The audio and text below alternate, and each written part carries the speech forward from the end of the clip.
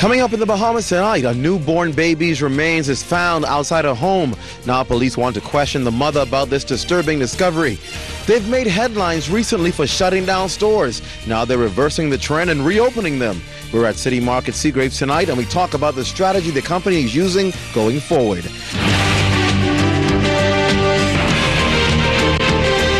Covering the islands of the Bahamas, ZNS Network presents The Bahamas Tonight.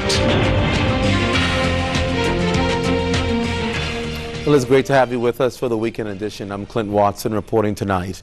A shocking discovery this holiday weekend has a young mother tonight answering some tough questions from police. The badly decomposed body of an infant child was found in a home on McQuay Street yesterday. And now police want to question a young mother in her late 20s about concealing that birth. The details are a bit sketchy at this time, but police say they received information about the disturbing find around 11:30 Friday morning. Now, we're not sure whether or not the home was occupied, but police are investigating the matter to determine exactly what happened.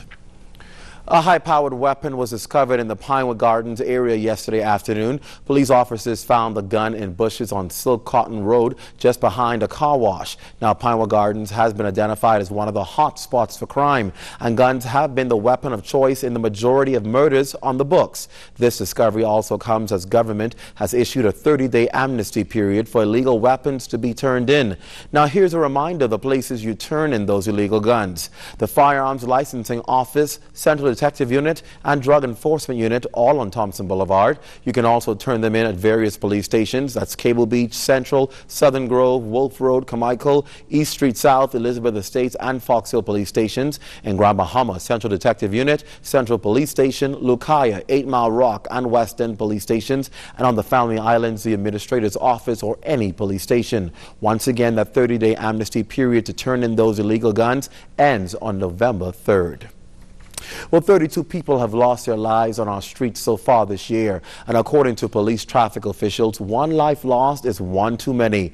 They say traffic fatality figures in the capital have seen somewhat of a decline this year compared to last year's figures. And in an effort to educate the public, some new initiatives are now in the pipeline. LaDon Davis tells us more. Assistant Superintendent of the Traffic Division, Dennis Stirrup, strongly believes that there are still some motorists out there that are not wearing their seatbelts and abiding by the rules of the road. Stirrup claims just 10 months into the year, 32 people have already lost their lives senselessly on our streets. While these numbers are unacceptable, ASP Stirrup believes the number of traffic fatalities in New Providence this year compared to last year's figures surprisingly illustrate a significant decrease. Last year, this time, it was 20 fatalities in New Providence. To date, it is 18. With respect to Grand Bahama, last year, this time, it was approximately 6. That number is basically the same to date. So we haven't seen no great increase there. We have also seen decrease in some of the Family Islands. A few weeks ago, police traffic officials confirmed that a young boy was hit by a truck near Cowpin Road and a pedestrian was struck and killed while crossing near Harbor Marine on East Bay Street. However, just hours later, 2 young men lost their lives in 2 separate vehicular smash-ups in Cat Island and Inagua. ASP Stirrup added that 29 men and 3 women were involved in traffic accidents this year. And to break down those numbers further, 10 individuals were between the ages of 18 to 25, 13 between the ages of 26 to 50, and 9 between the ages of 51 to 71. ASP Stirrup advises motorists to be more responsible when driving on the streets of the capital and should not take stop signs and red lights for granted. But Stirrup maintains that's not the only contributing factor to the large number of traffic fatalities. Another factor is speed. We have to control our speed. It is a reason why we have speed limits within various communities in our country. The same thing is applicable to the Family Islands. In the Family Islands, we might have very long extended roads, and we might sometimes abuse the space itself and exceed the speed limits. So to heighten road traffic safety awareness, public traffic officials outlined some new initiatives on tap to decrease the number of incidents happening on our streets daily. Persons who will be using, say for instance, Blue Hill Road, the speed limit on Blue Hill Road hasn't changed. It remains the same. And we are putting things in place to ensure that persons, that once the roads are completed, that persons adhere to the speed limits within those particular areas. We'll be able to continue to go into the schools, educate the schools, persons in the workplace. Traffic police have issued some 4,058 fixed penalties for various offenses, including failing to keep left, driving an unlicensed car, and running traffic lights. Meantime, traffic officials remind motorists to obey all road markings and adhere to all diversions, as a life you save can be your own. LaDawn Davis, ZNS News. City Market's owners say they're working hard to get it right. The food store chain owned by Trans Island Traders has had to close several stores in Grand Bahama and New Providence for operational reasons, but now one of those stores has now reopened. Cyan Thompson tells us what City Market is doing to stay in the game. City Market's Sea Grapes location in eastern New Providence has been opened almost a week now after it was closed temporarily 3 weeks ago. Officials of the food store chain say they've been regrouping since the closing of several stores in the capital and Grand Bahama. Trans Island Traders Executive Vice President Nikki Booth. Our key focus when we closed down was to focus on our equipment, our cooling, refrigeration, that type of thing.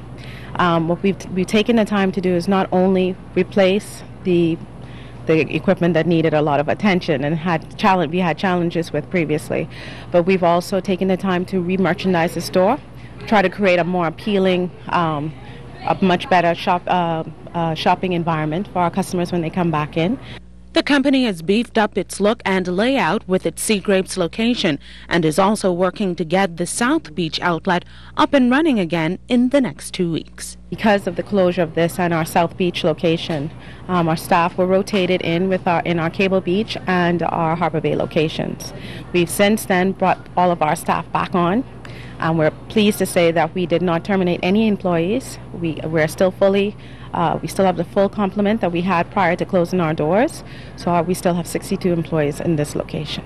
When asked about possible layoffs in the future, here's what the Executive Vice President had to say. Our economy has still not rebounded, and it's anticipated to go on for a longer period of time. We are like any other business. We are doing our best to keep our doors open, and we are doing our best to keep our staff fully employed. We will do our best to rotate, to make certain that we keep everybody on board, because these are tough times. It's a long road ahead to get on solid ground, but City Market officials are confident they're on the right path. We've decided to really bring ourselves to the ground, be able to be accessible to our customers, and really push on making this work, obviously, and getting it right. Cyan Thompson, ZNS News. Millions around the globe celebrating World Food Day, and here in the capital, farmers and food vendors gathered at the Ministry of Agriculture's Gladstone Road Market for the festivities. From native fruits and vegetables to marine products, producers displayed their goods, while stakeholders in the agricultural sector highlighted the importance of food security. It's believed that the industry can increase the GDP, diversify the economy, provide jobs, and create entrepreneurs. Dr. Keith Campbell, president of the Bahamas Agricultural and Producers Association. World Food Day is a celebration, and we're celebrating those efforts as it relates to food production. And if we were to increase in an orderly, organized and planned fashion our efforts as it relates to developing our food production capacity for our residents, tourists, and for the external market, we would really be fulfilling what we should really be celebrating. President of the Marine Exporters Association, Mia Isaacs, telling ZNS News that sustainability is key for their industry. Fishermen not abiding by the laws when it comes to marine resources can cause long-term problems for the sector. We need to control the human threats that's being faced by the industry. We need to control and better improve the catch limits, fishing out of season, fishing and following all the rules and the regulations that's put in place by the government. If we do that, in the end, we'll maintain and have a sustainable industry. It's very important for us to show that we're sustainable. And in order to be sustainable, you have to follow all of the regulations that's in place. It's important that you don't fish out of season. that you follow the catch limits